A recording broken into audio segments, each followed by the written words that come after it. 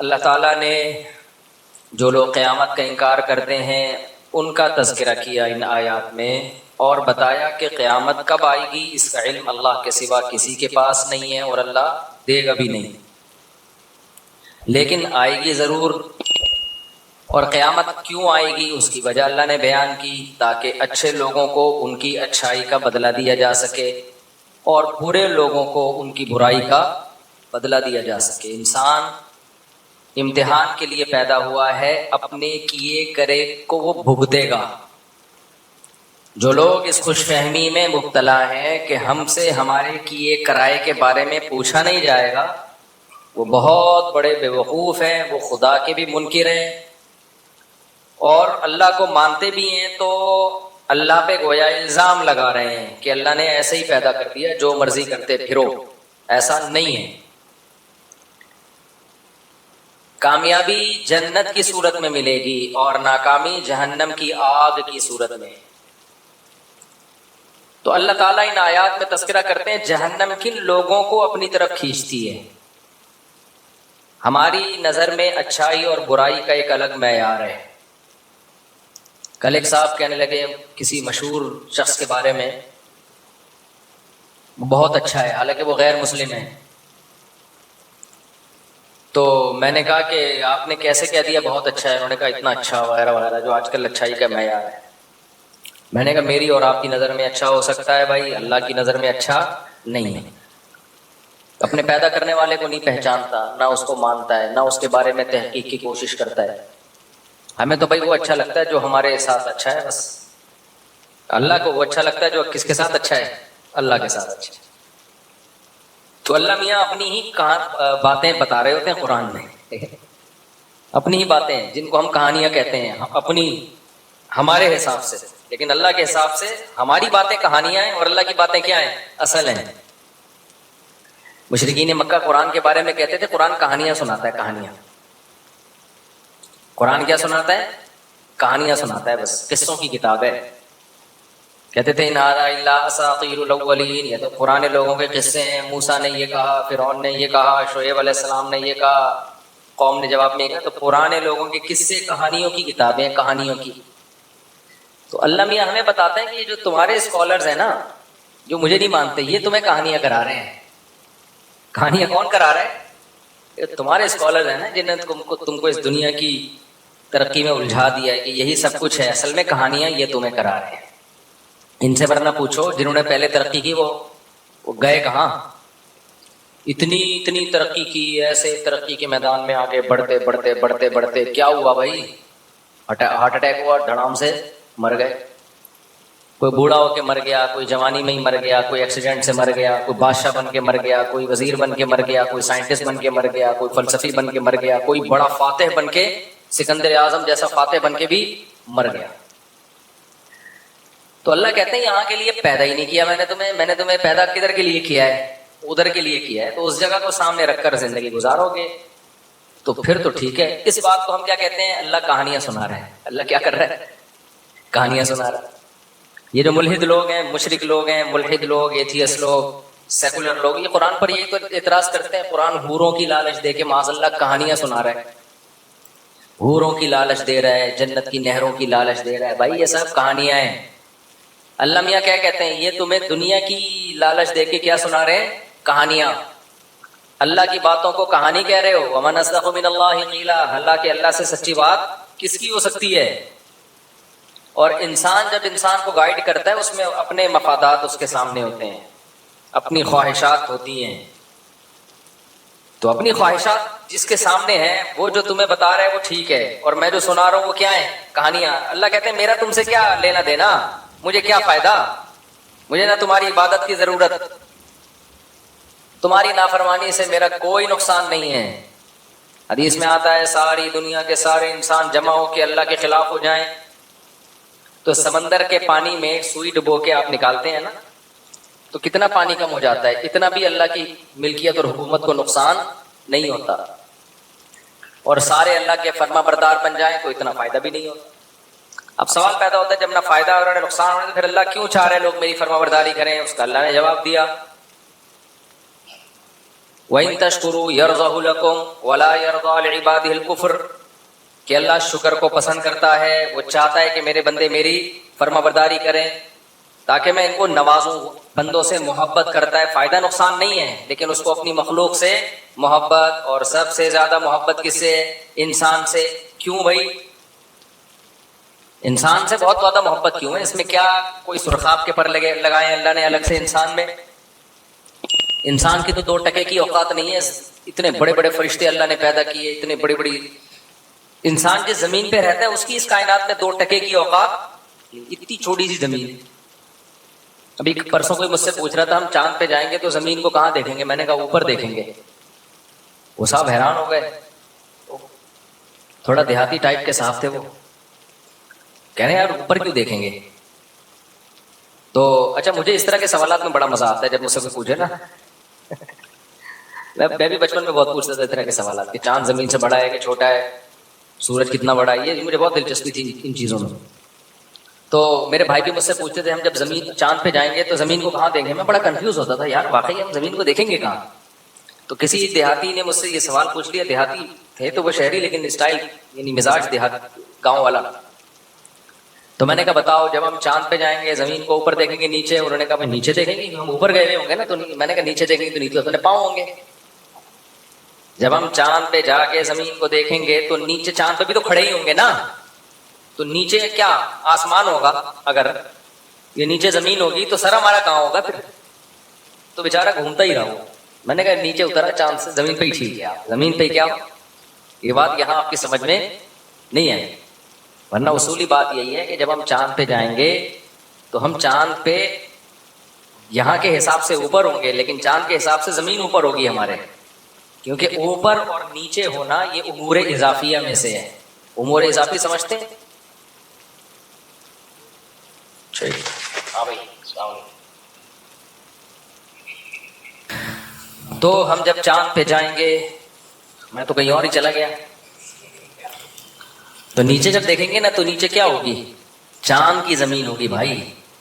تو یہ اوپر اور نیچے ہونا یہ امور اضافیہ میں سے، اضافی سمجھتے ہیں؟ یہ کوئی چیز نہ اوپر ہے نہ نیچے ہے۔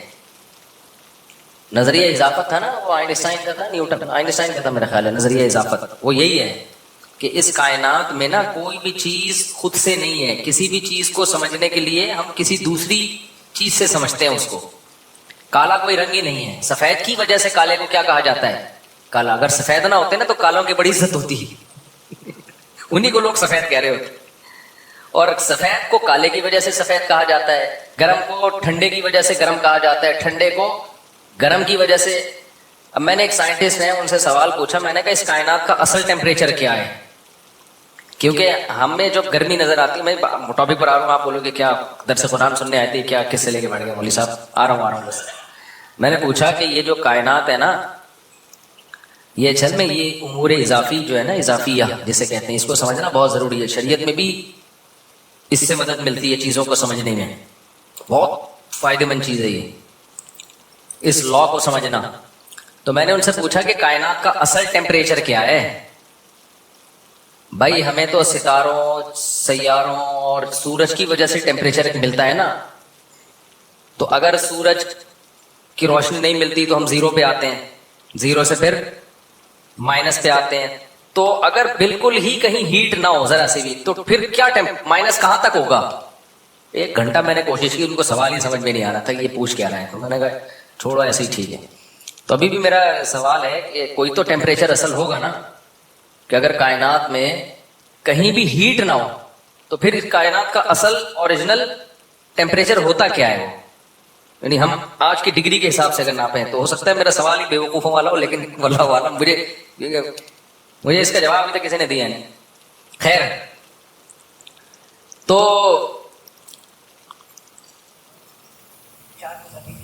چاند زمین کی بات نہیں ہوئی۔ ہاں میں کہہ رہا تھا کہ اس پوری کائنات میں زمین کی اوقات 2 ٹکے کی بھی نہیں، یعنی اگر کائنات سے کمپیئر کریں نا تو ذرے کا ذرہ بھی نہیں ہے۔ اتنی بڑی بڑی کہکشائیں جو ستاروں کا جھرمٹ لے کے گھوم رہی ہیں، ایک ایک ستارہ سورج سے لاکھوں گنا بڑا، اور سورج ہماری زمین سے 9 لاکھ گنا بڑا۔ جب 9 لاکھ سوچا کرے نا تو سوچیں ایک زمین، پھر ایک اور زمین، پھر ایک اور زمین، پھر ایک اور زمین، پھر ایک اور زمین، پھر ایک اور زمین. او بھائی تھوڑی نہیں ہے، بہت بہت بڑا ہے سورج، اور بہت بڑا ہونے کے ساتھ کیا ہیٹ ہے، آگ کا انگارہ ہے بھائی، اتنی ہیٹ ہے اس کے اندر. تبھی تو اللہ کہتا ہے وَلِلَّهِ خَزَائِنُ السَّمَاوَاتِ وَالْأَرْضِ، آسمان اور زمین کے خزانے کس کے پاس ہیں؟ اللہ کے پاس. ہمارے یہاں گیس کا پرابلم، آج مہمان آئے اور گیس روٹی پکانے، پکتے ہوئے گیس ہی چلی گئی کراچی میں. انہوں نے کہا تھا میں گھر کی روٹی کھاؤں گا، تو ہم نے کہا چلو گھر کی روٹی بنوائیں گے آپ کے لیے. روٹی بڑھ گئی بیچاری، تندوری کی روٹی خود بھی کھائی، ان کو بھی کھلائی. تو ہم تو اس کو یہاں کے حساب سے دیکھ رہے ہیں نا، گیس کو دیکھ رہے ہیں. بھائی اگر کائنات میں جاؤ گے تو یہ تو کچھ بھی نہیں ہے، اتنے وسائل ہیں اس کائنات میں. انسان کی تو یہ جو کہتے ہیں نا انسان کے خوراک کے ذخیرے کم ہو رہے ہیں، بہت بڑا لطیفہ ہے یہ. اس پہ ہنسا کرو. جب آپ کے یونیورسٹی کے ٹیچر کہا کریں نا بچے اتنے پیدا ہو رہے ہیں ایکچولی ہمارے پاس وسائل نہیں ہے، تو آپ کہو صرف یہ لطیفہ پرانا ہو گیا، کوئی نیا لطیفہ سنائیں آپ. یہ بہت بڑا لطیفہ ہے یہ جو کہتے ہیں نا اتنے بچے، انسانوں کی آبادی بڑھ رہی ہے تو ہمارے پاس وسائل کیا ہو رہے ہیں، کم ہو رہے ہیں، یا اسپیس کم ہو رہی ہے. یہ ممبر پہ بیٹھا ہوں، مذاق نہیں کر رہا میں. جیسے میں نے کہا تھا نا عدالتی خلا کلدہ میں لوگوں نے کہا مفتی صاحب اتنے بڑے بڑے دعوے کر دیتے ہیں. عدالتی خلا پہ میں نے جو دعویٰ کیا وہ اتنے کانفیڈنٹلی جب میں نے کہا نا یہ جو آج کل عدالتی خلا چل رہا ہے وہی ہے، فضول ہے. یہ تو نہ شیعہ مانتے ہیں، نہ یہ تو آسمانی مذاہب بھی نہیں مانتے اس کو. تمام آسمانی مذاہب میں طلاق کا حق کس کے پاس ہے؟ مرد کے پاس ہے. عیسائیت میں بھی، یہودیت میں بھی. چینج کر دیا ہو تو ایک الگ بات ہے. شیعوں کے نظر میں بھی تو جنرل مشرف سے پہلے کورٹ میں بھی یہی تھا کہ ڈیورس کا حق کس کے پاس ہے؟ مرد کے. یہ تو اب انجینئر علی مرزا نے آ کے یہ چینج کیا ہے اس کو. اس سے پہلے تو ساری دنیا سب اس میں متفق تھی. تو یہ ایسی تھوڑی میں نے کہہ دیا اتنے کانفیڈنٹلی. تو اسی طرح میں نے کہا جو 3 طلاق 3 ہوتی ہے اتنے کانفیڈنٹلی کہہ دیا نا میں نے، تو ایویں لوگ سمجھتے ہیں ایویں پھینک دی مفتی صاحب نے. اور ایک اور میں نے جو دعویٰ کیا یہ عاملوں کے بارے میں ایویں ہی ہوتے ہیں، تو ایسی تھوڑی پھینک دی ہے کانفیڈنٹلی. آدمی ممبر پہ اتنا بڑا دعویٰ تھوڑی کرتا ہے، سمجھتے ہو. تو اسی طرح ایک اور ہے جو میں بڑے دعوے کے ساتھ کہتا ہوں، وہ بھول گیا.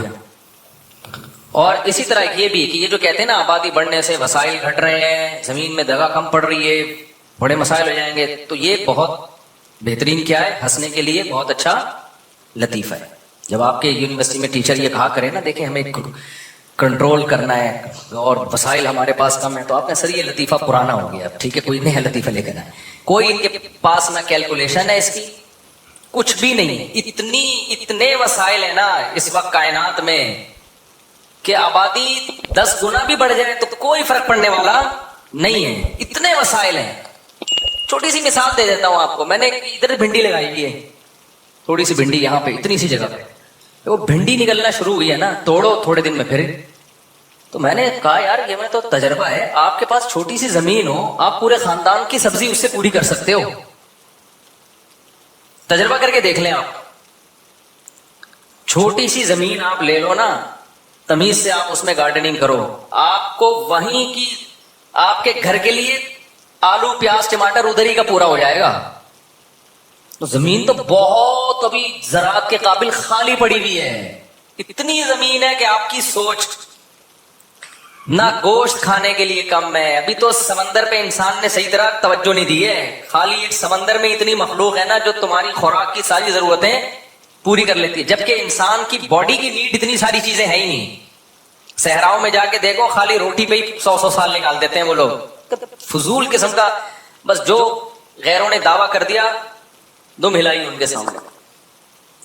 تو یہ بڑی پانی اتنا کہ سب ڈوب کے مر جائیں اس میں. یہ کہتے ہیں نا پانی کے ذخائر کم ہو رہے ہیں، یہ لطیفے ہیں، ان پہ ہنسا کرو، ٹھیک ہے نا. بہت اچھے اچھے لطیفے ہیں. تو لوگ جو غربت سے مرتے ہیں نا، یہ بھوک سے مرتے ہیں، وہ ڈسٹریبیوشن میں ناانصافی ہو رہی ہوتی ہے. وہ تو کروڑ پتی باپ کے کروڑ پتی گھر ہو، اس میں بھی اگر 9 بچے وہ جائیداد پہ قبضہ کر کے بیٹھ جائیں اور ایک کو روٹی بھی نہ دیں تو وہ بھی اس بنگلے میں بھی بھوک سے مرے گا وہ. خیر یہ بھی ٹاپک نہیں ہے، تو میں ہر بیان میں تھوڑا تھوڑا ترکا لگاتا رہتا ہوں. تو پتہ ہے وسائل کم نہیں ہے. کم کیا چیز ہے جس کی وجہ سے غربت آتی ہے؟ ان وسائل کو استعمال کرنے والی قوتیں. اور وہ قوت کیا ہے؟ انسان. اس قوت کی بیس کہاں سے شروع ہوتی ہے؟ مشینیں بھی کون بناتا ہے؟ یعنی قوت ہے نا. تو وہ اس کے پیچھے انسان ہوتا ہے. انسان کا دماغ استعمال ہوتا ہے، وہ مشینیں ایجاد کرتا ہے. انسان کے بازو استعمال ہوتے ہیں، وہ مشینوں کو استعمال کرتا ہے. تو جتنے انسان ہوں گے نا، آپ کے پاس ذہین دماغوں کا ریشو اتنا بڑھ جائے گا، ایجادات کے چانسز اتنے بڑھ جائیں گے، مزدور اتنے زیادہ ہوں گے. کچھ لوگوں کو اللہ نے کھوپڑی نہیں دی ہوتی، ان کو اللہ نے مضبوط بازو دیے ہوتے ہیں، وہ گڑے کھود دیتے ہیں. کچھ لوگوں کو اللہ نے کھوپڑی ایسی دی ہوتی ہے کہ وہ صرف کھوپڑی استعمال کرتے ہیں، اور وہ لاکھوں آدمیوں کا کام ایک کھوپڑی کر لیتی ہے. تو جب آبادی بڑھتی ہے تو کھوپڑیاں بھی بڑھ جاتی ہیں، ان کا ریشو ذہین کھوپڑیاں. اور آبادی بڑھتی ہے تو مزدوروں کا ریشو بھی کیا ہوتا ہے، ہر طرح کی پروڈکٹ مارکیٹ میں زیادہ، تو ترقی تو ہوگی نا. تو اس لیے یہ تو بالکل ہی اس کو دماغ سے نکال دو. خیر، تو میں یہ کر رہا تھا، اتنی بڑی اللہ کی کائنات، تو اس میں انسان کی اوقات بھی 2 ٹکے کی نہیں اور زمین کی اوقات بھی 2 ٹکے کی نہیں. تو میں یہ سوال اٹھایا تھا میں نے، پھر اللہ تعالیٰ انسان سے اتنی محبت کیوں کرتا ہے؟ کیا اس میں سرخاب کے پر لگے ہوئے ہیں بھائی کہ اس کو اتنا پروٹوکول دے رہا ہے کہ پیغمبر بھی اسی میں آ رہے ہیں، آسمانی کتابیں بھی انسانوں میں بولو نازل ہو رہی ہیں. انہی کے لیے کائنات کو بنایا گیا. پوری کائنات کس کے لیے بنائی گئی ہے یار؟ اتنی بڑی کائنات، 9 لاکھ گنا بڑا سورج، پھر سورج سے بھی لاکھوں گنا بڑے اور ستارے، پھر ان ستاروں سے اور بڑے ستارے. پھر یہ تو پہلا آسمان ہے، پھر آگے دوسرا آسمان کتنا بڑا ہوگا، پھر تیسرا آسمان کتنا بڑا ہوگا، پھر چوتھا آسمان کتنا بڑا ہوگا. جس آسمانوں میں آپ پورے 3 4 آسمان سموئے ہوئے ہیں، کتنے بڑے بڑے، یہ تو ہماری تصور سے بھی کیا ہے. تبھی ملحد لوگ یہ اعتراض اٹھاتے ہیں کہ اگر ہم اسلام کو برحق مان لیں تو اس کا مطلب وہ انسان جس کی اوقات کیڑے مکوڑوں سے بھی کم ہے، وہ زمین جس کی اوقات اس کائنات میں ذرے کے برابر بھی نہیں ہے. تو سوال پیدا ہوتا ہے، اس کائنات کا بنانے والا اتنی پتی سی مخلوق کو اتنی ویلیو کیوں دے رہا ہے؟ سمجھ میں آ رہا ہے سوال کہ نہیں آ رہا؟ بھائی اتنی پدی سی مخلوق اور اتنی سی پدی سی زمین پہ، ایک یوں سمجھیں اس کو، میں اس اشکال کو ایک مثال سے آپ کے دماغ میں اتارتا ہوں. آپ آئے میرے پاس، مفتی صاحب آپ سے ملنے کے لیے آئے. مفتی صاحب، آپ سب سے زیادہ ویلیو اپنے خاندان میں یا اپنے پریوار کہتے ہیں نا ہندی میں، اپنے پریوار میں آپ سب سے زیادہ ویلیو کس کو دیتے ہیں؟ اب میرے پاس گاڑی بھی ہے، میرے پاس موٹر سائیکل بھی ہے، میرے پاس گھر بھی ہے، میرے پاس کپڑے بھی ہیں، پگڑی بھی ہے، اور جو چیزیں ضرورت کی ہوتی ہیں، لوازمات، سب کچھ ہے. تو میں کہتا ہوں میں جو ویلیو دیتا ہوں، اتنا سا ایک پتھر اٹھاؤں، اتنا سا ذرہ، وہ میری نظر میں اس کی ویلیو کیا ہے؟ سب سے زیادہ. تو آپ بولو گے یار اتنی بڑی بڑی چیزیں آپ کے پاس ہیں، اور یہ ایک میز کے اوپر آپ کے نا گرد کا ایک ذرہ ہے، وہ بھی ویسے ہی پڑا ہوا تھا، اور پھر اس پر ایک چھوٹا سا کیڑا گھوم رہا ہے. اس پہ چھوٹا سا کیا گھوم رہا ہے؟ ایک جرثومہ جو خوردبین سے نظر آ رہا ہے. کہ میری نظر میں یہ سب سے زیادہ، اور میں اسی کی خاطر میں نے یہ پورا جو میرا خاندان اور یہ مرغیاں اور یہ بکرے اور یہ سب چیزیں پالی ہوئی ہیں، اور یہ میرا گھر، یہ سب میں نے اس چھوٹے سے جراثیم کے لیے بنایا میں نے. تو آپ بولیں گے یار کوئی اور لطیفہ سنا دیتے ہیں مجھ صاحب، نیند شاید پوری نہیں ہوئی ہے، یا کوئی اور مسئلہ ہو گیا آپ کے ساتھ. کیا باتیں کر رہے ہو؟ جب بھی کسی چیز کو ویلیو دی جاتی ہے، سب سے پہلے کوئی سائز تو ہونا اس کا. کیا خیال ہے؟ تو ملحد لوگ جو اعتراض کرتے ہیں نا، وہ یہی اعتراض ہے کہ یہ کیا، کیونکہ اگر ہم اسلام کو صحیح مانتے ہیں نا، تو اسلام اس کائنات میں سب سے زیادہ عزت کس کو دیتا ہے؟ بولو، انسان کو. سب سے زیادہ ویلیو کس کو دے رہا ہے؟ اور جتنے پلینٹ ہیں نا زمین اس کائنات میں، ان میں سب سے زیادہ ویلیو کس سیارے کو دے رہا ہے؟ بولو، زمین کو. کیوں دے رہا ہے؟ قرآن کی بہت ساری آیتیں ہیں.